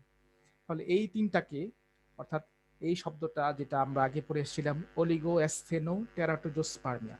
অলিগো মানে হচ্ছে যেটা, অর্থাৎ 50 মিলিয়ন, এটা নিচে নেমে যেতে হবে। তারপরে দেখেন অ্যাসথেনো। আচ্ছা, অ্যাসথেনো মানে হচ্ছে যেটা মোটিলিটিটা কমে যাবে, অর্থাৎ পরিমাণ কমে যাবে, মোটিলিটি কমে যাবে, এবং হচ্ছে মরফোলজিটা খারাপ হয়ে যাবে। এর জন্য বলা হচ্ছে দেখেন টেরাটোজোস্পার্মিয়া, অলিগো অ্যাসথেনো টেরাটোজোস্পার্মিয়া। এটা তিনটা বিষয় একসাথে বলা হয়েছে, এবং তিনটা বিষয় কিন্তু দায়ী: মরফোলজি, মর্টিলিটি, কাউন্ট। আচ্ছা, এটাই এখানে বলা আছে 2010 সালের একটা হিসেব। ভলিউমটা দেখতে হবে আমাদের, পিএইচটা অত বেশি ইম্পর্টেন্ট না, দেখতে পারি একটু। Sperm concentration so much important, মোটিলিটিটা দেখতে হবে, এটা অবশ্যই স্ট্রেট ফরওয়ার্ড হতে হবে, মুভমেন্টটা স্ট্রেট ফরওয়ার্ড মুভমেন্ট থাকতে হবে। মরফোলজি ভালো থাকতে হবে, মিনিমাম 4%। স্পাম যেগুলো আছে সেগুলো মধ্যে 4%-এর মোটিলিটি ভালো থাকতে হবে। ভায়াবিলিটি, লিউকোসাইট, রাউন্ড স্পাম, এগুলো অত একটা ইম্পর্টেন্ট না, কিন্তু এই যে ব্যাপারে যেগুলো বললাম সেগুলো হচ্ছে ইম্পর্টেন্ট। সিমেন অ্যানালাইসিস এটা আমাদের ক্ষেত্রে মাস্ট করতেই হবে ইনফার্টিলিটি পেশেন্টের ক্ষেত্রে। আচ্ছা, একটু আগাই দ্রুত। তারপরে হচ্ছে যে ফিমেল ফ্যাক্টর। আচ্ছা, মেল আমরা শেষ করে ফেললাম। মেল, তো মেলের জন্য কি কি ইনভেস্টিগেশন সেগুলো আমরা পড়বো পরে। এখন একটু ফিমেলের কজগুলো একটু দেখি যে ফিমেল। আচ্ছা, এটা ফিমেল জেনিটাল ট্র্যাক কিংবা ফিমেল যে জেনিটাল অর্গানগুলো আছে সেগুলো এখানে দেখা হচ্ছে, এগুলো নিয়ে তো অনেকবারই কথা হয়েছে। ফিমেলের মধ্যে যেটা কাজ করে, একটা হচ্ছে ওভারি, তারপরে হচ্ছে এই যে ফেলোপিয়ান টিউব বা ইউটেরাইন টিউব এইটা, আর একটা হচ্ছে ইউটেরাস। তো এই তিনটা হচ্ছে যদি ঠিক থাকে, যদি এখানে কোনো ডিজিজ না থাকে, কোনো যদি প্যাথোলজি ঠিক না থাকে, তাহলে মোটামুটি ধরতে পারে ফিমেলটা ভালো, মানে সে মোটামুটি সমস্যা কম। আচ্ছা, কিন্তু সমস্যা কম, আরেকটা সমস্যা থেকে যায়, সেটা হচ্ছে যে ওভুলেশন। আমরা ওভুলেটারি যে সিমটম পড়ে আসছিলাম, যে অ্যাবনর্মাল ইউটেরাইন ব্লিডিং এর মধ্যে বিভিন্ন ওভুলেশন হয়। কারো হচ্ছে ধরেন পলিমেনোরিয়া, অলিগোমেনোরিয়া, হাইপোমেনোরিয়া, এই যে ব্যাপারগুলো হয়, কিংবা মেট্রোরেজিয়া, ম্যানোরেজিয়া, অর্থাৎ সেগুলো কি হচ্ছে, প্রত্যেকটা একটা অ্যাবনর্মালিটি হচ্ছে। যেমন মেট্রোরেজিয়ার মধ্যে পড়ে আসছে কি, যে সেটা হচ্ছে যে ইন্টার মিনস্ট্রুয়াল ব্লিডিং, সেটা কিন্তু রেগুলার হয় না, যে কোনো সময় হতে পারে। এর পিছনে অনেক কারণ, হরমোনাল কারণ, এর পিছনে বিভিন্ন ধরনের প্যাথোলজি কারণ, বিভিন্ন ধরনের গ্রোথ কিংবা বিভিন্ন ধরনের মাস যেগুলোর কথা বলা হয়েছে সেগুলো কারণ। আচ্ছা, তাহলে এগুলি আমরা একটু বড় পরিসরে দেখব। তো প্রথমে আমরা ওভালিটারি যে বিষয়টা, ওভুলেশন যদি না হয় তাহলে কি হবে। ওভুলেশন যদি না হয় ধরেন, তাহলে কি হবে, তাহলে তো প্রশ্নই আসে না। ওভাম যদি না আসে, তাহলে স্পাম আমরা যতই ভালো হোক না কেন স্পাম, তাহলে সেই স্পাম দিয়ে কিন্তু লাভ হবে না, কারণ এখানে মেল ফিমেল দুটা পার্টনার কি ঠিক থাকতে হবে।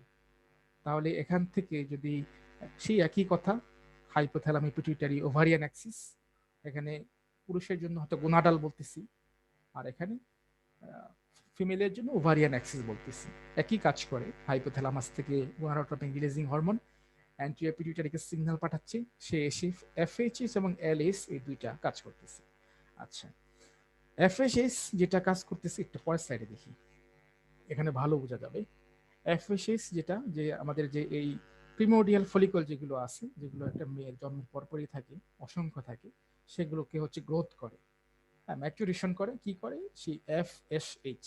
অর্থাৎ আমরা যদি একই সাথে যদি গ্রাফটাও দেখে রাখি, এই ছবিগুলো একটু যদি মনে রাখতে পারি ভালো হয়, মনে রাখতে পারি যে আমরা যদি প্রিমোডিয়াল ফলিকল যদি এটাকে কাহল করি, এরপরে প্রাইমারি সেকেন্ডারি যদি এরকম ভাবে হিসাব করে থাকি, যে প্রথম হচ্ছে যে ফলিকুল স্টিমুলেটিং হরমোন, যেটা অ্যান্টেরিয়র পিটুইটারি থেকে আসছে, যেটা হচ্ছে কি কালার, টিয়া কালার। তো দেখেন এটা আসছে আসছে আসছে, আসার পরে দেখা যাচ্ছে যে ডে 14 অথবা 13-14, এটা নির্ভর করছে যে কত পিরিয়ডে হচ্ছে, সেখানে পিক আপ পয়েন্ট হয়, অর্থাৎ সেগুলোকে সে ম্যাচুরেশন করে। অর্থাৎ এই সময়টাতে, এই 14 দিন কিংবা 12-13 দিন, এই সময়টাতে কি করা, একটা ওভামকে সে ম্যাচিওর করে, যে কোন একটা একটা ওভামকে সে ম্যাচিওর করে। ম্যাচুরিটি করার পরে সেটা ধরেন এই যে এটা ম্যাচুরিটি হয়ে গেছে, এটা এটা তারপরে এটা তারপরে এটা, এটা হচ্ছে যে বিভিন্ন ধরনের, এটাকে বলা হচ্ছে যে প্রিমোডিয়াল, কিংবা এটাকে বলতে পারি যে অ্যান্ট্রান ফলিকল। আচ্ছা, তারপরে এটা এই জোনা পেলোসিডিয়া দিয়ে, বা গ্রাফিয়ান ফলিকল বলতে পারি, যে গ্রাফিয়ান এটা দিয়ে, এটা গ্রানুলোসা সেল। আচ্ছা, গ্রাফিয়ান ফলিকল বলতে পারবো যে এই যে ফাইনালে যখন এটা বের হয়ে যাচ্ছে, এটা আমরা গ্রাফিয়ান ফলিকল হিসেবে, সেকেন্ডারি ওসাইট। শব্দগুলো একই, একটা জায়গায় অনেকগুলো শব্দ ব্যবহার করা হয়েছে, তো একটু কনফিউশন হতে পারে। বাট ফাইনালি কথা যেটা হচ্ছে যে ফলিকল স্টিমুলেটিং হরমোনটা এসে একটা ওভামকে ম্যাচিওর করবে, ম্যাচিওর করে ডিউটিলাইজেশন হরমোন এটাকে ওভুলেশন ঘটাবে। আচ্ছা, ফলিকলের কাজ হচ্ছে শুধু ম্যাচুরেশন করানো, আর লিউটিনাইজিং হরমোনের কাজ হচ্ছে ওভুলেশন ঘটানো, বাস এটুকুই হচ্ছে কাজ। তারপরে যেটা হচ্ছে যে, যদি কারণ ধরেন যে কারো হচ্ছে ওভুলেশন হইল না, ওভুলেশন না হইলে কি হবে, যে এখানে থেকে যাবে, অর্থাৎ সেই ওভুলেশন মানে গ্রাফিয়ান ফলিকলটা থেকে যাবে, কর্পাস লুটিয়াম কিন্তু তৈরি হতে পারতেছে না। কারণ কর্পাস লুটিয়ামটা তখনই তৈরি হবে যখন এখান থেকে একটা ওভাম হচ্ছে বের হয়ে যাবে, অর্থাৎ ওভুলেশন যখন হবে। আচ্ছা,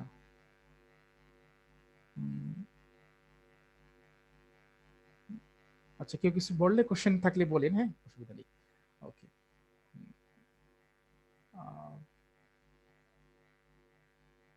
আচ্ছা, একটু আগে শুনতে পান নাই। আচ্ছা, কোথায় শুনতে পান নাই? হ্যালো, একটু বলেন তো আমাকে। হ্যালো, হ্যালো, আর লিসনিং? যে ওভারিয়ান সাইকেলের এই উপরের লাইনটা। আচ্ছা আচ্ছা, সবারই কি কিছু প্রবলেম হয়েছিল শুনতে? হ্যালো, একটু বলেন, আরো দু একজন একটু বলেন, মাইক্রোফোনটা টার্ন ওয়েট করে। আমরা শুনতে পাইছি ভাইয়া। শুনতে পাইছেন আপনারা? তাওফিকা, হ্যাঁ সোনিয়া, ভাইয়া। মিথিলা, আপনারা শুনতে পাইছেন? হ্যাঁ ভাইয়া, শুনতে পাচ্ছি। আচ্ছা, ঠিক আছে। আচ্ছা, আবার বলি, অসুবিধা নেই। ওকে, তাহলে এখানে আর কিছুই না, আমরা মেনস্ট্রুয়েশন সাইকেল যখন পড়ে আসছিলাম তখন এগুলো তো ভালো মতো পড়ে আসছিলাম, এই ব্যাপারগুলো একটু লাগতেছে। আমি আজকে বলতামই না, একটু মনে করে দিচ্ছি, জাস্ট শুধুমাত্র যে ওভুলেশন যদি ঠিক মতো না হয়, আচ্ছা, তাহলে কি হচ্ছে যে এখান থেকে প্রিমোডিয়াল, প্রাইমারি, সেকেন্ডারি ফলিকল ভাবে ম্যাচুরেশন করতেছে ফলিকল স্টিমুলেটিং হরমোনটা, এটা গ্রাফ আকারে দেখা হয়েছে। আর ফাইনালি লিউটিনাইজিং হরমোন এসে তারপরে এটা যখন ম্যাচুরেশন হয়ে গেছে, তখন এটাকে ওভুলেশন করানো হচ্ছে, অর্থাৎ গ্রাফিয়ান ফলিকল এটা ভেদ করে একটা ওভাম, অর্থাৎ একটা এগ হচ্ছে বের হচ্ছে। ওকে, আচ্ছা, তারপরে বের হয়ে এই যে খোলস যেটা পড়ে থাকে, এটাকে বলা হচ্ছে কর্পাস লুটিয়াম। আচ্ছা, এর সাথে সাথে দুইটা হরমোনও কিন্তু তৈরি হয়ে যাচ্ছে। কি তৈরি হয়ে যাচ্ছে, যে একই সাথে আমাদের ফলিকুল স্টিমুলেটিং হরমোন যখন এসে ম্যাচুরিটি করতেছে, তখন গ্রানুলোসার সেল যেগুলো আছে, যেটা আমাদের পরিবেষ্টন করে রাখে, এখান থেকে কিন্তু একটা হরমোন তৈরি হয়ে যাচ্ছে একই সাথে, এটার নাম হচ্ছে ইস্ট্রোজেন। ওকে, একই সাথে কিন্তু ইস্ট্রোজেন হরমোনটা তৈরি হয়ে যাচ্ছে। তারপর যখন ফাইনালি যখন ওভুলেশন হয়ে গেল, ওভুলেশন হওয়ার পর কর্পাস লুটিয়াম হয়ে গেল, তখন কর্পাস লুটিয়াম আরেকটা হরমোন তৈরি করে, এটা হচ্ছে প্রজেস্টেরন। আচ্ছা, তো ইস্ট্রোজেন, প্রজেস্টেরন, এই দুইটা হরমোন এখানে কিন্তু খুবই গুরুত্বপূর্ণ একটা হরমোন। তো কোন একটা মেয়ের যে ওভুলেশন হচ্ছে, এটা আমরা বুঝবো কিভাবে, হাউ উই ডিটেক্ট? তো বোঝার সব থেকে ভালো উপায় বা একটা সহজ উপায় হচ্ছে যে ধরেন 14তম দিনে ওভুলেশন হয়ে গেল। আচ্ছা, ওভুলেশন হওয়ার পরে যে খোলসটা পড়ে থাকে কর্পাস লুটিয়ামটা, এটা আস্তে আস্তে ম্যাচুরিটি হতে হতে ধরেন 21 দিনের দিন সে তখন প্রজেস্টেরন হরমোন সিক্রিয়েশন শুরু করে দেয়। সেই জন্য আমরা যদি কোনো একটা ফিমেলকে দেখা যাচ্ছে ইরেগুলার পিরিয়ড হয় যাদের, তাদের আমরা ডে 21, অর্থাৎ এখানে মনে রাখতে হবে যদি 28 দিনের সাইকেলটা হয়, আমরা সবসময় দেখেন 7 দিন করে কিন্তু হিসাব করি। যেমন ধরেন একটা মেনস্ট্রুয়াল সাইকেল কখন নর্মাল কিংবা অ্যাবনর্মাল হবে, 28 প্লাস মাইনাস 7। 28 প্লাস মাইনাস 7 মানে হচ্ছে 21 থেকে 35 দিন। দেখেন 7-এর কিন্তু একটা খুব ভালো ভ্যালু আছে কিন্তু। 70 ml থেকে 80 ml হতে হবে, মেনস্ট্রুয়েশন ব্লাড নর্মাল হতে হবে, এবং 7 দিনের বেশি হইলে সেটাকে অ্যাবনর্মাল, তাহলে 7-এর কিন্তু ভ্যালু আছে, এটা মনে রাখতে হবে। আচ্ছা, কারো ধরেন 28 দিনে না হয়ে যদি 35 দিনে হলো, তাহলে 35 মাইনাস 7, সেই যেই দিনে হয় 28 দিন, সেই দিনে আপনাকে সিরাম প্রজেস্টর এই টেস্টটা করতে হবে 21। তাহলে আমরা যদি দেখি যে ব্লাডের মধ্যে সিরামের মধ্যে যদি প্রজেস্টন হরমোনটা আছে, তাহলে বুঝতে পারবো যে না, ওভুলেশন তার ঠিক মতো হয়েছে। ওভুলেশন যদি না হয় তাহলে কিন্তু কর্পাস লুটিয়াম তৈরি হচ্ছে না, আর কর্পাস লুটিয়াম যদি তৈরি না হয় তাহলে কিন্তু এখান থেকে কিন্তু প্রজেস্টন হরমোন যেটা আছে সেটাও কিন্তু তৈরি হতে পারছে না। তাহলে এটা আপনারা বুঝতে পারলেন এই মেনস্ট্রুয়েশন সাইকেলটা ওভুলেশনের যে ব্যাপারটা হয়, অর্থাৎ এই এখানে জাস্ট হরমোনের ব্যাপারটা হয়। তো একই সাথে এটা যদি একটু মনে রাখতে পারেন তাহলে এটার সাথে সাথে আহ, কি বলে যে ইনফার্টাইল এবং ফার্টাইল যে পিরিয়ডটা আছে, এটাও কিন্তু একটা গুরুত্বপূর্ণ ব্যাপার। ধরেন কারো হাজবেন্ড হচ্ছে ধরেন জব করে বাইরে, সে হয়তো মাসের শেষের দিকে আসে, শেষের দিক দিয়ে আসে, যে সময়টা হচ্ছে ইনফার্টাইল বা সেফ পিরিয়ড যেটা বলি, তাহলে কিন্তু দেখা যাচ্ছে এটা কিন্তু তাদের কিন্তু ইনফার্টিলিটির কিন্তু যে কনসেপ্ট করার যে মানে রেটটা সেটা কিন্তু কমে যাচ্ছে।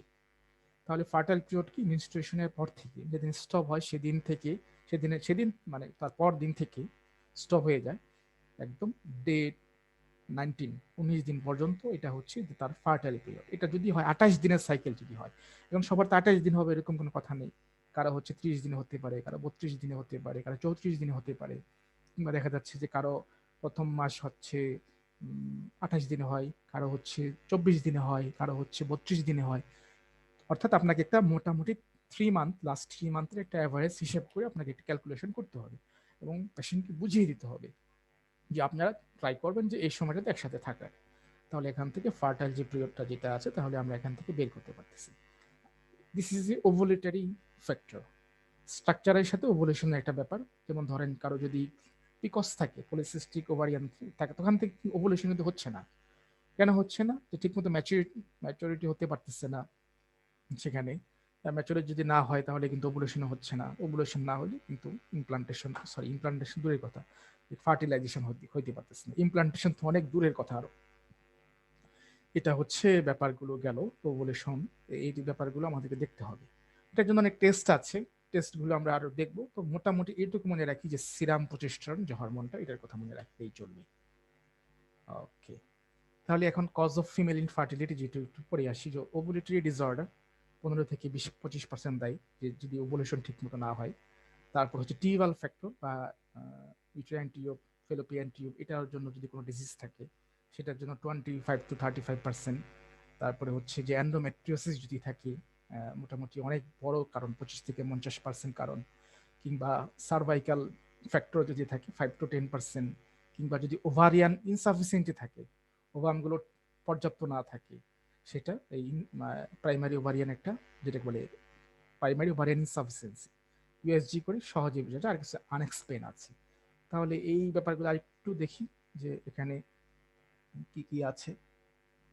আচ্ছা, তাহলে কমন কজ যেটা, তাহলে আমরা ডান দিক থেকে আসি। আচ্ছা, টিউবাল ফ্যাক্টরে তো এখানে কি হতে পারে, সালপিনজাইটিস হতে পারে, কিংবা অ্যান্ডোমেট্রিওসিস হতে পারে, অর্থাৎ অ্যান্ডোমেট্রিয়ামের যে টিস্যুটা আছে এটা যদি অ্যাক্টোপিক হয়ে যায়, অর্থাৎ এখানে ইমপ্লান্টেশন করে ফেলে, টিউবটা যদি ব্লক করে ফেলে, তাহলে এটা টিউবাল ফ্যাক্টর। তারপরে যে ওভুলেশন ওভারিয়ান যেটা আছে, যেটাকে এতক্ষণ ধরে বলে আসছি যে অ্যানোভুলেশন হতে পারে, কিংবা কর্পাস লুটিয়াম ইনসাফিসিয়েন্সি হতে পারে। কর্পাস লুটিয়াম ইনসাফিসিয়েন্সি যদি থাকে তাহলে কিন্তু সেখান থেকে প্রজেস্টেরন হরমোন দিয়ে তৈরি হতে পারতেছে না, সেটা কিন্তু ইমপ্লান্টেশন কিন্তু করতে পারবে না, কারণ প্রজেস্টেরনের কাজ হচ্ছে ইমপ্লান্টেশন করানো। আচ্ছা, তারপরে সার্ভাইকাল কিছু ফ্যাক্টর আছে, যেমন ধরেন এখানে পলিপ থাকতে পারে, সাবমিউকোসাল লিওমা থাকতে পারে, মায়োমা থাকতে পারে, কিংবা হচ্ছে ইরোশন থাকতে পারে, সার্ভাইকাল ইরোশন থাকতে পারে, কিংবা সার্ভাইকাল ইন্ট্রাএপিথেলিয়াল নিউপ্লাসিয়া থাকতে পারে। আচ্ছা, তো নিউপ্লাসিয়া এগুলো একটু প্যাথোলজির শব্দ, অ্যাট্রোপি, হাইপারট্রোপি, হাইপারপ্লেসিয়া, মেটাপ্লেসিয়া। তাহলে এই যে নিউপ্লাসিয়া যেটাকে বলা হচ্ছে, সেখানে কি হয়ে যায়, সেল অর্থাৎ সিআইএন যেটাকে আমরা বলতেছি, অর্থাৎ এখানে ভিতরে যে আমাদের যদি সার্ভিক্সটা যদি আমরা যে সেলগুলো আছে, টিস্যুগুলো আছে, অর্থাৎ ভিতরে থেকে কলামনার স্কোয়ামাস এপিথেলিয়াম টিস্যু, বাইরে থেকে স্কোয়ামাস, এখানে হচ্ছে রিপ্লেসমেন্ট হয়ে যায়। সেই বিষয়টাকে কিন্তু আমরা বলতেছি যে সিআইএন, সার্ভাইকাল ইন্ট্রাএপিথেলিয়াল নিউপ্লাসিয়া। এটা হচ্ছে প্রি ম্যালিগন্যান্ট স্টেট, এটার পরবর্তী স্টেজ কিন্তু ক্যান্সারে চলে যায়, সিএ সার্ভিক্স বলি আমরা। তাহলে এটা হচ্ছে সার্ভাইকাল ফ্যাক্টর। আচ্ছা, এটা গেল। তারপরে হচ্ছে কিছু এটাকে কি বলা হচ্ছে যে পেলভিক কজ। আচ্ছা, পেলভিকের মধ্যে আছে কি অ্যান্ডোমেট্রিওসিস, অ্যাডেশন, অ্যাডেনোমাইসিসও থাকতে পারে এখানে, ধরেন যদি ইউট্রাইন ফ্যাক্টরের মধ্যে যদি ধরি, ডিসএবলিটরি। ইউট্রাইন ফ্যাক্টরের মধ্যে মায়োমা, লিওমা, ফাইব্রয়েড, কিংবা যদি এখানে স্ট্রাকচারটা যদি অ্যাবনর্মাল থাকে, কনজেনিটাল মেলফরমেশন যদি থাকে, বা এটাকে বলা হচ্ছে সাইনিকিয়া, ইউট্রাইন সাইনিকিয়া, অর্থাৎ আমরা ছবি দেখে আসছিলাম যে এরকম টাইপের হয়, অর্থাৎ এখানে একদম গোল যে একটা রাউন্ড থাকবে, ভিতরে একটা ক্যাভিটি থাকবে, সেটা হয় না। এরকম যদি হয় তাহলে কিন্তু এটা হচ্ছে ইউট্রাইন ফ্যাক্টর। অনেক বড় একটা কজ হচ্ছে, এগুলো হচ্ছে মেজর কজ। তো এগুলোর মধ্যে যদি কোনো একটা থাকে অথবা দুইটা থাকে, তাহলে কিন্তু তার ওভুলেশনের চান্স কিন্তু অনেক কমে যাবে। তাহলে আমরা ফিমেল ফ্যাক্টরগুলো পড়ে আসছি মোটামুটি। এগুলো বেসিকটা যদি ক্লিয়ার থাকে, আপনি হচ্ছে আমার মনে হয় যে 60 to 70% পড়া হয়ে গেছে। তবে এটা যেহেতু একটা স্পেশালাইজ সাবজেক্ট, এটা এফসিপিএসসি এটা ইম্পর্টেন্ট দেওয়া হয়, খুবই ইমফেসিস দেওয়া হয়। আমাদের যে গ্রাজুয়েশন যে লেভেল কিংবা প্রাইমারি ভাবে ট্রিটমেন্টের জন্য আমরা অ্যাজ এ হোমিওপ্যাথিক ডক্টর হিসেবে দ্যাটস এনাফ। আচ্ছা, কম্বাইন্ড ফ্যাক্টর যেগুলো হচ্ছে 10%, মেল ফিমেল দুজনেই দায়ী। এটা একটা হচ্ছে যে বয়স যদি 35 বেশি হয়ে যায়, 35 বেশি হয়ে গেলে তার হচ্ছে ওভারিয়ান যে ইনসাফিসিয়েন্সি আছে, ফলিকলগুলো হয়তো ডেভেলপমেন্ট কমে যাচ্ছে বা কাউন্ট কমে যাচ্ছে, কিংবা হরমোনাল প্রবলেম চলে আসছে, কিংবা অবেসিটি চলে আসছে, হতে পারে থাইরয়েড প্রবলেম চলে আসছে, যে কোনো প্রবলেমই হতে পারে। সেই জন্য 32 এর পরে গেলে আমরা সেটাকে হাই রিস্কে কিন্তু ফেলে দিচ্ছি। 35 তো সেই ক্ষেত্রে অনেক, স্পেশালি আমাদের দেশের এনভায়রনমেন্ট সেই হিসেবে। এটা ওয়েস্টার্নে কিন্তু চলবে না। ওয়েস্টার্নে ওদের 32, 35 ওদের হচ্ছে এটা নর্মাল কিন্তু এজ। আচ্ছা, তারপর হচ্ছে infrequent intercourse, lack of knowledge of coital technique. আচ্ছা, তারপরে হচ্ছে timing of coitus to utilize the fertile period. আচ্ছা, এটা পেশেন্টকে বুঝিয়ে দিতে হবে যে কোন সময় আপনার ফার্টাইল পিরিয়ড, এটা ক্যালকুলেশন করে আপনি কাগজে একটা লিখে দিবেন। আচ্ছা, তাহলে এগুলো তো বুঝতেই পারলেন, অর্থ আর করা কি দরকার হবে না। অ্যাপেরোনিয়া ও ডিসপেরোনিয়া। অ্যাপেরোনিয়া মানে হচ্ছে ধরেন ইম্পর্টেন্স, এটার একটা সিনোনিম ডিসপেরোনিয়া। আচ্ছা, অ্যাংজাইটি, অ্যাপ্রিহেনশন বা অর্থাৎ দুশ্চিন্তা, হতাশা, ডিপ্রেশন, এটাও কিন্তু একটি গুরুত্বপূর্ণ কিন্তু কারণ এখন বর্তমান। কারণ এটা ধরেন যদি কেন গুরুত্বপূর্ণ কারণ, কারণ মানসিকভাবে যদি স্টেবল না থাকে ফিমেল পার্টনার অথবা মেল পার্টনার, তাহলে কিন্তু ঠিকমতো কিন্তু হাইপোথ্যালামাস কাজ করতে পারবে না, সেখান থেকে গোনাডোট্রপিন রিলিজিং হরমোন এসে কাজ করতে পারবে না, ফলিকল স্টিমুলেটিং হরমোন কিংবা লিউটিলাইজিং হরমোন সেগুলো ঠিকমতো কাজ করতে পারছে না। তার মানে অ্যাংজাইটি কিংবা অ্যাপ্রিহেনশন অথবা টেনশন বা ডিপ্রেশন, এগুলো কিন্তু খুব মারাত্মক একটা ইফেক্ট কিন্তু করছে এখানে। বিভিন্ন ধরনের আনহ্যাপিনেস থাকতে পারে, রিলেশনশিপের মধ্যে কোনো প্রবলেম থাকতে পারে, সেই ব্যাপারগুলো কিন্তু আপনাকে ইনভেস্টিগেশন করে কিন্তু কাউন্সেলিং করতে হবে। কিংবা দেখা যাচ্ছে যে আহ, হয়তো পুরুষটা আগে কোথাও একবার হয়তো বিয়ে করেছে, কিংবা হয়তো মেয়েটার কোনো একটা জায়গায় বিয়ে হয়েছে, তো এই একটা ব্যাপার থাকতে পারে। তারপর হয়তো সেটা দেখছে যে তার সেই রিলেশনশিপটা সে যে কারণেই হোক মেনটেন করতে পারে নাই, একটা মানসিক সেখান থেকে একটা কি বলে একটা সাপ্রেশন কিংবা এই ব্যাপারগুলো রয়ে গেছে। তো এগুলো দূর করতে যদি না পারি, দেখা যাচ্ছে যে তাহলে কিন্তু ইনফার্টিলিটি কিন্তু দূর করা সম্ভব হবে না। এগুলো খুব গুরুত্ব দিতে হবে বর্তমান সময়, যেহেতু অ্যাংজাইটি, স্ট্রেস, ডিপ্রেশন এগুলো বেড়ে যাচ্ছে মানুষের। সেই জন্য এগুলোকে অবশ্যই গুরুত্বপূর্ণ দিতে হবে। একই সাথে কিছু আরেকটু দুইটা ব্যাপার আছে, যে use of lubricants during intercourse which may sperm recycle.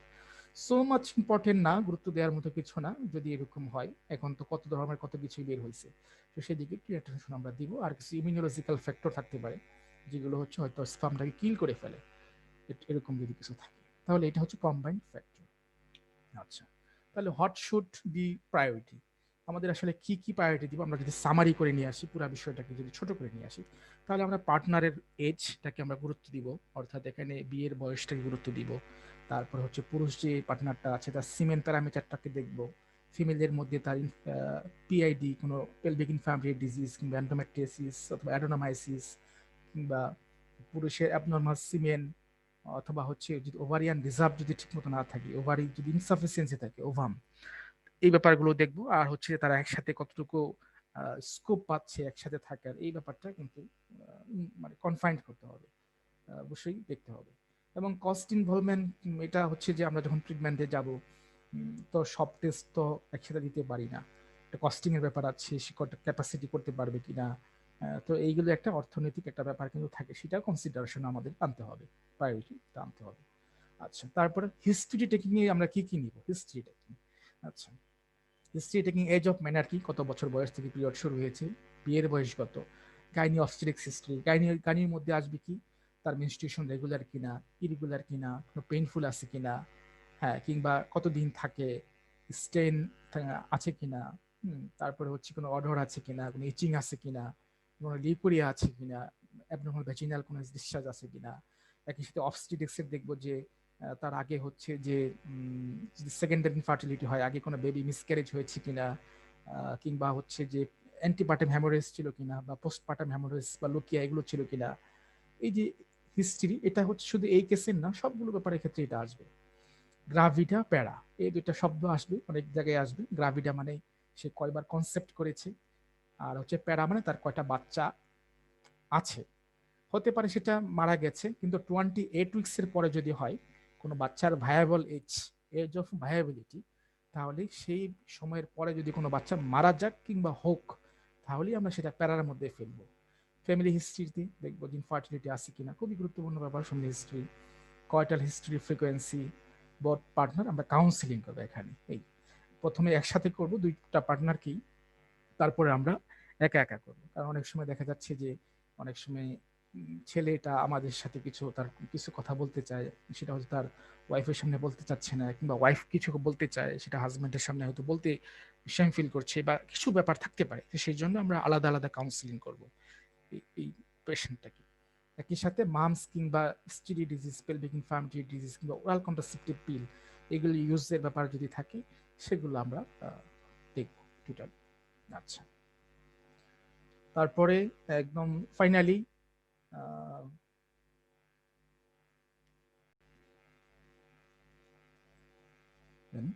এটা হচ্ছে আমরা পেশেন্টের একটা কেস দেখি। একটা পেশেন্টের যে কিরকম ইনফরমেশন নিয়ে কিংবা কি কি কমপ্লেন নিয়ে আসতে পারে সাধারণত। A 25 years woman attends to GOPD, general outpatient department, হ্যাঁ, মানে আউটডোর, যেটা সোজা কথা আউটডোরে আসছে উইথ হার পার্টনার, তার পার্টনারের সাথে আসছে। They have been trying to conceive for 15 months without success. তারা 15 মাস ধরে চেষ্টা করে যাচ্ছে কিন্তু ব্যর্থ হয়ে গেছে, ব্যর্থ। She has regular menstrual period বা সাইকেল উইথ ব্লিডিং এভরি 28। সে 28 দিন পর পর তার ব্লিডিং হয় বা মেনস্ট্রুয়েশন সাইকেলটা হয়, কিন্তু 15 মাস ধরে চেষ্টা করে যাচ্ছে কিন্তু প্রেগনেন্সি হচ্ছে না। So what is your diagnosis, বলেন তো, এটা কি ডায়াগনোসিস হতে পারে? দেখি কেমন বুঝতে পারলেন যেটা কি ডায়াগনোসিস, কে আছেন যে এরকম যদি কমপ্লেন। আমরা কিন্তু ডেফিনেশনে কিন্তু পড়ে আসছি ভাইয়া অলরেডি। তার মেল পার্টনারের স্পাম কাউন্টটা না না, সেটা না, আমরা ডায়াগনোসিস করব কি, মানে ওটা তো প্যারামিটার আমরা দেখব, ডায়াগনোসিস মানে এটা কি সমস্যা। ইনফার্টিলিটি। ইনফার্টিলিটি তো অবশ্যই ইনফার্টিলিটি, এটা মানে কোনটা, primary or secondary, primary or secondary কোনটা, ডেফিনেশনটা মনে করেন। প্রাইমারি। প্রাইমারি, হ্যাঁ right, this is a primary. কারণ তাদের কোনো বেবি নাই, এখানে বেবির কোনো তথ্য আছে যে কনসেপ্ট, কোনো কিন্তু কনসেপ্টের কোনো তথ্য নেই, তারা 15 মান্থ ধরে চেষ্টা করে যাচ্ছে। আচ্ছা, this is A diagnosis of primary infertility. আচ্ছা, আরেকটা কেস দেখি। A 33 years old woman attends to general outdoor patient department having been trying to conceive for 12 month. আচ্ছা, সে 12 মাস ধরে চেষ্টা করে যাচ্ছে। শি হ্যাড 2 প্রেগনেন্সি, তার 2টা প্রেগনেন্সি ছিল। Which resulted in the birth of her Son 3 years, যেটার মাধ্যমে 3 বছর আগে তার একটা ছেলে হয়েছে প্রিভিয়াসলি। এবং এখানে ইমার্জেন্সি সিজারিয়ান সেকশন লেগেছে। আর কারণ তার ফিটাল ডিস্ট্রেস ছিল। এবং একটা মিসক্যারেজ ছিল, এই মিসক্যারেজ 10 উইকস জেস্টেশন, এটা 10 সপ্তাহে একটা মিসক্যারেজ হয়ে গেছে। আচ্ছা, following which should she required, এই জন্য তাকে ইউট্রাইন ইভাকুয়েশন করা হয়েছে। আচ্ছা, এখানে কয়েকটা তথ্য নিয়ে আসছি, একটু কনফিউশন করে দিব আপনাদেরকে এই তথ্যগুলো। একটা হয়েছে যে সে 2টা প্রেগনেন্সি হয়েছে, কিন্তু একটা তার ছেলে যেটা 3 বছর আগে হয়েছে তাকে ইমার্জেন্সি ভাবে সিজারিয়ান সেকশন করতে হয়েছে।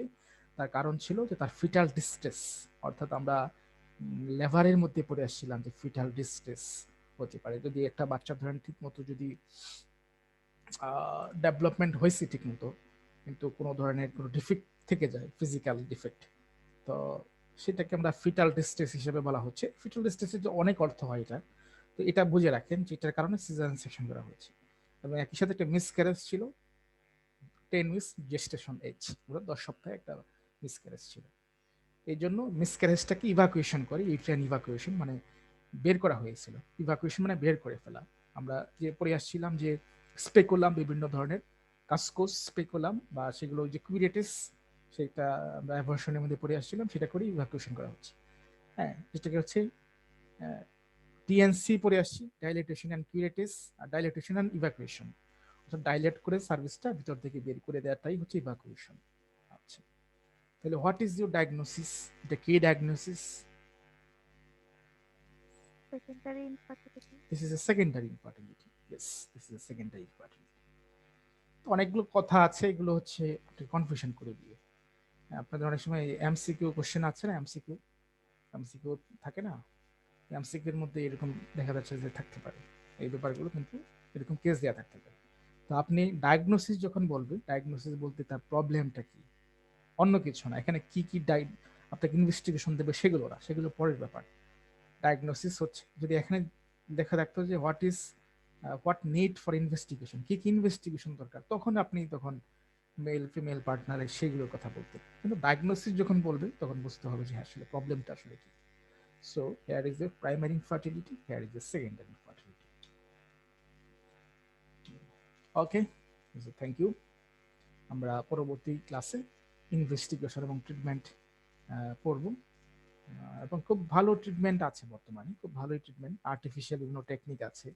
যাদের হচ্ছে ধরেন স্পাম যদি মেল পার্টনারে যদি প্রবলেম থাকে, আর্টিফিশিয়াল ভাবে সেটা ডোনেট করে অনেকে, স্পাম ডোনেট, কিংবা ওভারি ওভামও অনেকে ডোনেট করে।